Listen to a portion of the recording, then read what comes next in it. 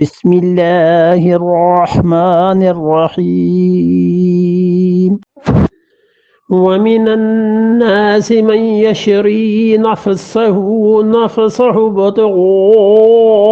مرضات الله والله رعوف بالعباد۔ اور ایک اس کے مقابلے میں آگے 207 نمبر آیت میں جہاں تک ہم پہنچے ہیں ارشاد فرمایا ومن الناس، اور لوگوں میں سے وہ بھی من یشری، جو بیچتا ہے نفسہ، اپنی جان کو، لیے پھرتا ہے اپنی جان کو بیچنے کے لیے۔ کیسے اچھے لوگ ہوں گے یہ؟ ابتغاء مرضات اللہ، اور وہ چاہتا ہے کہ اللہ کی خوشی حاصل کرے، اپنی جان ہتھیلی پہ رکھ کے لیے پھرتا ہے کہ کہیں سے اللہ اپنی خوشی کے لیے توفیق دے تو جان اس کے حوالے کر کے اسے خوش کر دوں۔ جان کی قیمت دیار عشق میں ہے کوئے دوست، جان کی قیمت دیار عشق میں ہے کوئے دوست، اس نوید جاں فضا سے سرو والے دوش۔ کیا تشریح کریں؟ شعر کی تشریح کرو تو پھر وہ گیدڑی ہو جاتا ہے۔ ہاں، لیکن مطلب اس کا یہ ہے کہ جان کی قیمت دیار عشق میں، عشق کے شہر میں ہماری جان کی جو قیمت لگی ہے، وہ کہتے ہیں کہ کوئے دوست، تمہاری جان لے کر تو تمہیں دوستوں کی گلی میں پہنچا دیں گے جہاں تم جانا چاہتے ہو۔ اس نوید جاں فضا سے، جب سے یہ خوشی کی خبر ملی ہے، سر وبال دوش ہے، کندھوں پر سر کو رکھنا عذاب ہو گیا ہے کہ کسی طرح لے لیں اور دوستوں کے گلی میں پہنچا دیں۔ یہ ہے وَمِنَ النَّاسِ مَن يَشْرِي نَفْسَهُ ابْتِغَاءَ مَرْضَاتِ اللَّهِ،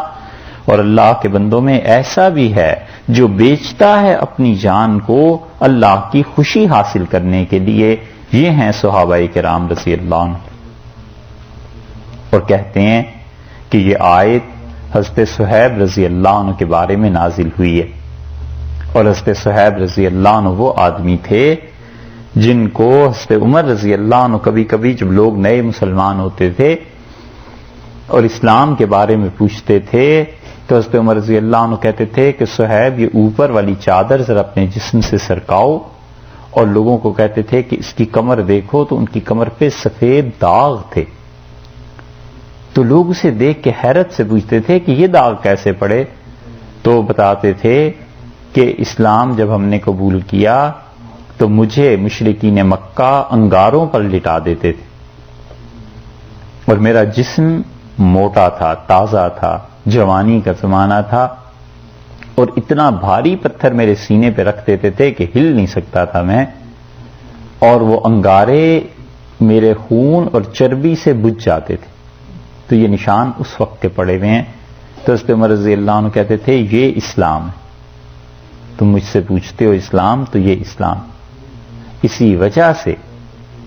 حضرت عمر رضی اللہ عنہ نے جو کہا تھا، وصیت کی تھی کہ میرا جنازہ کون پڑھائے، یہی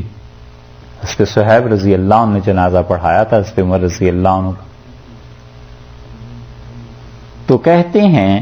کہ یہ آیت حضرت صہیب رضی اللہ عنہ کے بارے میں نازل ہوئی ہے، چاہے نازل ہی ہوئی ہو مگر حکم اس کا عام ہے سب کے لیے۔ اور ہوا یہ کہ حضرت صہیب رضی اللہ عنہ نے جب ہجرت کی ہے تو مشرکین مکہ نے پیچھا کیا، اور ایک مقام پر پہنچ کے انہوں نے انہیں روک لیا حضرت صہیب رضی اللہ عنہ کو، اور ان سے کہا کہ تم اپنی گرفتاری دے دو وگرنہ پھر لڑائی ہوگی۔ تو حضرت صہیب رضی اللہ عنہ نے اپنی ترکش سے تیر نکالنے شروع کیے، اور تیر کچھ چلائے انہوں نے، اور انہوں نے پھر اس کے بعد کہا کہ قریش، اللہ کی قسم تم جانتے ہو کہ سب سے زیادہ تم میں صحیح نشانے والا اور تیر چلانے والا میں ہی ہوں، اور جب تک اس ترکش میں ایک تیر بھی باقی ہے نا، میں تو تمہیں گرفتاری نہیں دوں گا۔ اور اس کے بعد آ جائے گی تلوار، پھر لڑ لیں گے، پھر میں مر جاؤں گا یا تمہیں ماروں گا۔ اور اس کے علاوہ تیسری چیز مال ہے، اور مکہ مکرمہ میں ایک جگہ میں نے رکھا ہے، اگر تم مال لینا چاہتے ہو تو جاؤ لے لو، میں بتا دیتا ہوں، اور میرا راستہ نہ روکو، میں ہجرت کر رہا ہوں اللہ کی راہ میں۔ تو مشرکین جو تھے انہیں بھی سمجھ آ گئی کہ صہیب رضی اللہ عنہ جو ہیں وہ سچ کہتے ہیں اور ان کا مقابلہ ممکن نہیں، تو انہوں نے حضرت صہیب رضی اللہ عنہ سے مال کا پتہ لیا اور چلے گئے، اور اللہ نے ان کے بارے میں یہ آیت نازل کی۔ اسی لیے حدیث میں آیا ہے کہ حضرت صہیب رضی اللہ عنہ جب پہنچے ہیں مدینہ منورہ تو رسول اللہ صلی اللہ علیہ وسلم کو پہلے ہی سے ان کی چیز کی اطلاع فرشتوں کے ذریعے ہو چکی تھی، اور یہ آیت نازل ہوئی ہے ان کے بارے میں، تو آپ نے فرمایا بار بار کہ ربح صہیب، ربح صہیب، صہیب بڑا اچھا سودا کر کے آئے ہو، صہیب بڑا نفع کمایا تم نے، یعنی پیسہ دے دیا اور ہمارے ہاں آ گئے ہو، بہت اچھا کیا۔ تو اللہ نے فرمایا جو اپنی جان لیے پھرتا ہے اس پہ کہ اللہ کی خوشی حاصل کرے، یہ ہے دلیل اس کی کہ مومن انسان ہر وقت اللہ کی خوشی کی جستجو کرتا رہے کہ کیا کام میں کروں اللہ مجھ سے خوش ہوگا، کیا کام میں کروں اللہ مجھ سے راضی ہوگا، چھوٹی چھوٹی نیکیاں بھی کرتا رہے، حتیٰ کہ انسانیت کے درجے کی جو خدمات ہیں کافر کے ساتھ بھی کرتا رہے، کوئی پتہ نہیں ہے اللہ کس نیکی کو قبول فرما لے۔ واللہ رؤوف بالعباد، اور لوگوں اللہ اپنے بندوں پر بہت ہی شفیق ہے، بہت ہی مہربان۔ رؤوف کا